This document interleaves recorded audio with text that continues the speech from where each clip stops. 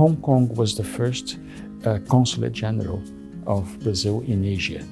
There was one experience with Macau in the 19th century. We created the consulate general in Hong Kong in 1956. This time Hong Kong being also covering Macau. And we've been here since 1956, so it's quite a long time.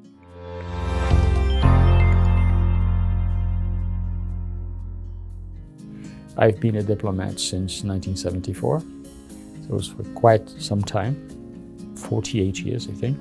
I've been basically everywhere. Hong Kong was, by a coincidence, my first post ever in 1977. It was only a temporary mission, so only for 3 months, but I fell in love with Hong Kong at that time. It was another city, much smaller.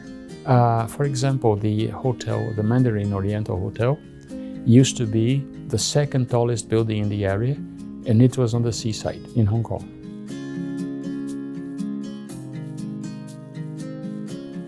So it's quite a different city. And when I was appointed here, I was so happy and so excited because Hong Kong is so nice, everything. It's such a cosmopolitan city. You can have restaurants from everywhere. I am still discovering all the restaurants that Hong Kong has to offer.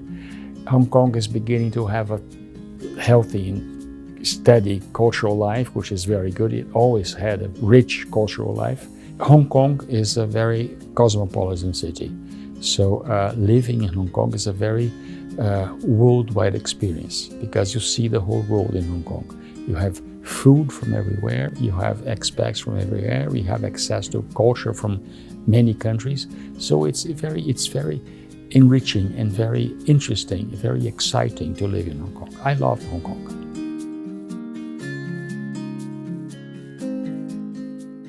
So we do have many companies present here in Hong Kong. Hong Kong is the main gateway of Brazilian products to China. The products that come to Hong Kong are not only animal protein and grains. There are also some high value, some value-added products. Our goal is to increase this. Brazilian products are not very present in Hong Kong, and we want to increase that. We are in the process of creating the Brazilian Hong Kong Chamber of Commerce, which will facilitate the interchange between Brazilian companies and Hong Kong companies, and we are very happy about that. I was amazed when I found out when I got to Hong Kong that we still did not have a Green Chamber of Commerce. So now we are working towards it. I think it's a two-way street. Just as Hong Kongers know little about Brazil, Brazilians also know little about Hong Kong. We know the main things. We know how big Hong Kong is, how important it is, but we know little about it. And the same thing happens with Brazil here. People know where Brazil is, people know how big Brazil is, and people know Brazil has samba and Brazil has music, but people do not really know everything Brazil has to offer. So we are working on that aspect.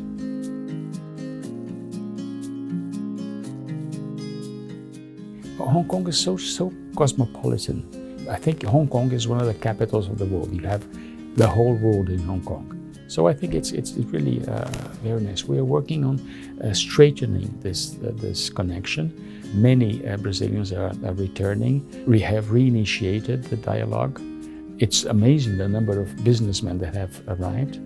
And Hong Kong welcomes not only businessmen and businesswomen from Brazil, but also scientists, students, cultural actors. So it's really very nice. We can increase the interchange.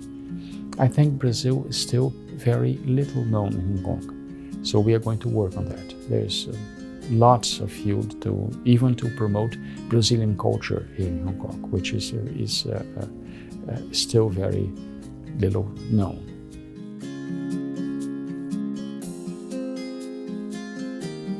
Great expectations.